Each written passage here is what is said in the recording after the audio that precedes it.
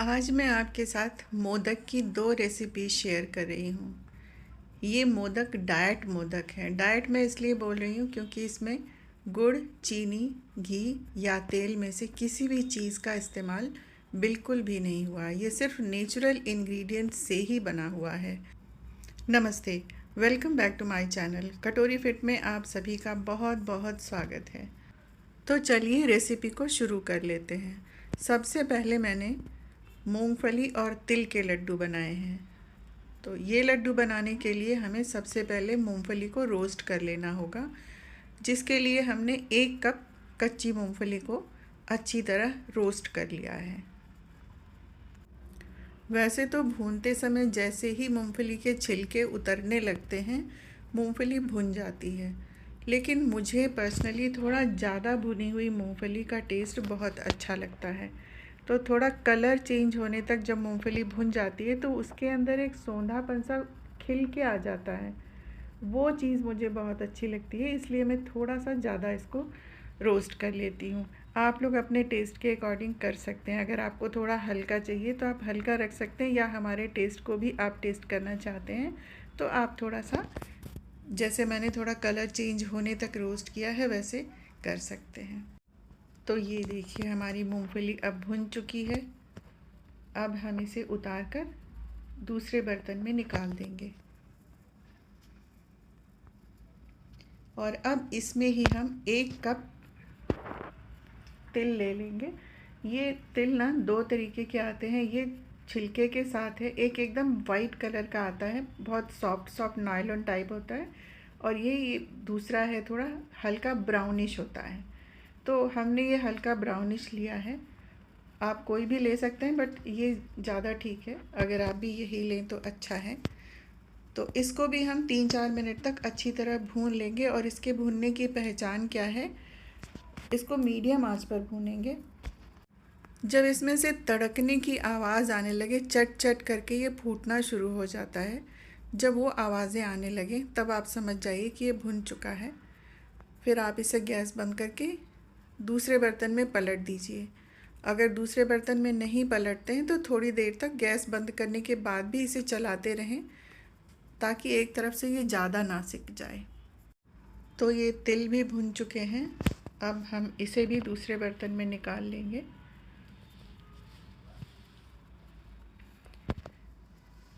और ये मूंगफली जो ठंडी हो गई थी, तो हमने इसके छिलके हटा लिए हैं और इसको अब हम ग्राइंड करेंगे। तो इसके लिए हमने अपना बड़ा वाला ग्राइंडर जार ले लिया है, क्योंकि बाकी चीज़ें भी बारी बारी से इसमें डाल के हम ग्राइंड करेंगे। तो इसको हम पहले थोड़ा सा पल्स पे ही पीसेंगे। जब थोड़े से इसमें चंक्स रहेंगे तो हम उसे बाद में यूज़ करने के लिए 2 चम्मच निकाल कर रख लेंगे। ये कोर्स रहेगा तभी लेना है, और जब हम इसको ग्राइंड करने की शुरुआत करेंगे तो पल्स मोड पे करेंगे। और ये अब हमारा तिल भी ठंडा हो चुका है, तो हम इसे भी 2-3 चम्मच एक अलग कटोरी में निकाल कर बाद में यूज़ करने के लिए रख लेंगे। तो ये देखिए मूंगफली अच्छी सी पिस चुकी है। अब हम इसमें तिल भी डाल देंगे और तिल को भी मूंगफली के साथ थोड़ा सा ग्राइंड कर लेंगे। और अब हमने इसमें स्वीटनिंग के लिए मेडजूल डेट्स का इस्तेमाल किया है। तो ये 5 लिए थे हमने शुरू में, इनको डीसीड कर लिया है।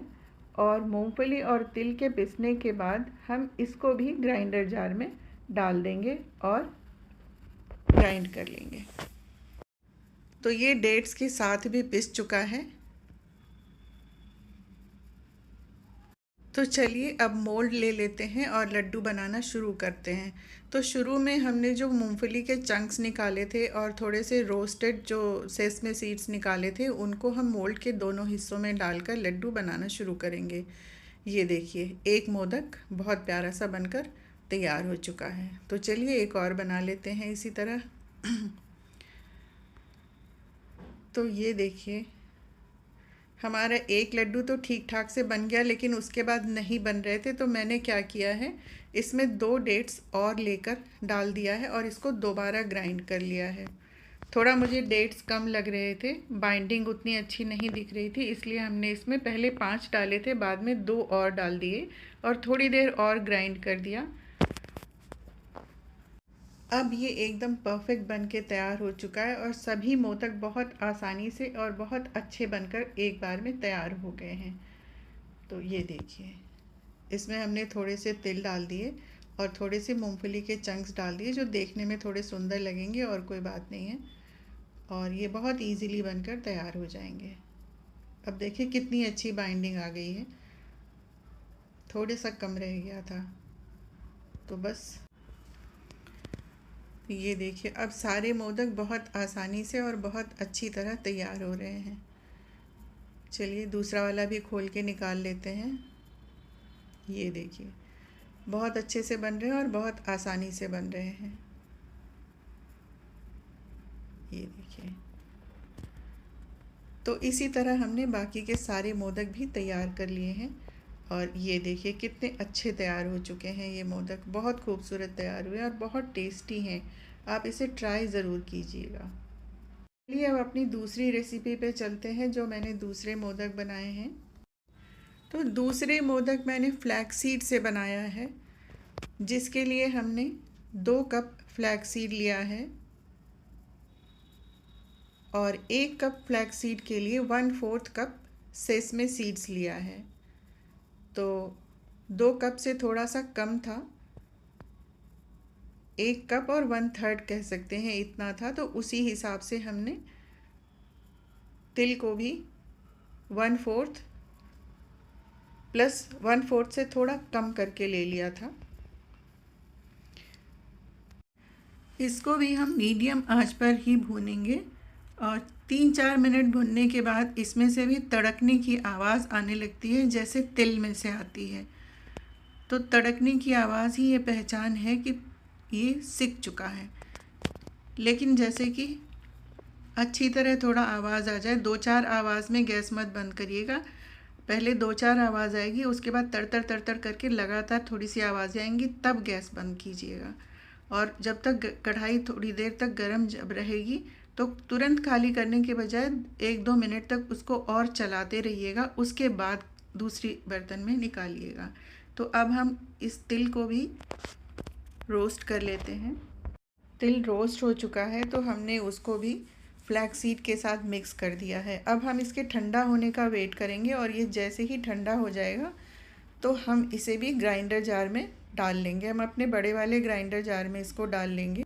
तो इसे भी हम अच्छी तरह ग्राइंड कर लेंगे और थोड़े से 2 चम्मच निकाल लीजिएगा बाद में इसमें मिक्स करने के लिए। और हम इसे पहले ग्राइंड कर लेंगे, थोड़ा सा, बहुत ज़्यादा ग्राइंड नहीं करेंगे, कोर्स टाइप बना लेंगे। उसके बाद हमने इसमें ये 11 मेजूल डेट्स डाले हैं, इनको डीसीड करके हम उसमें डालकर इसको फिर से चला देंगे।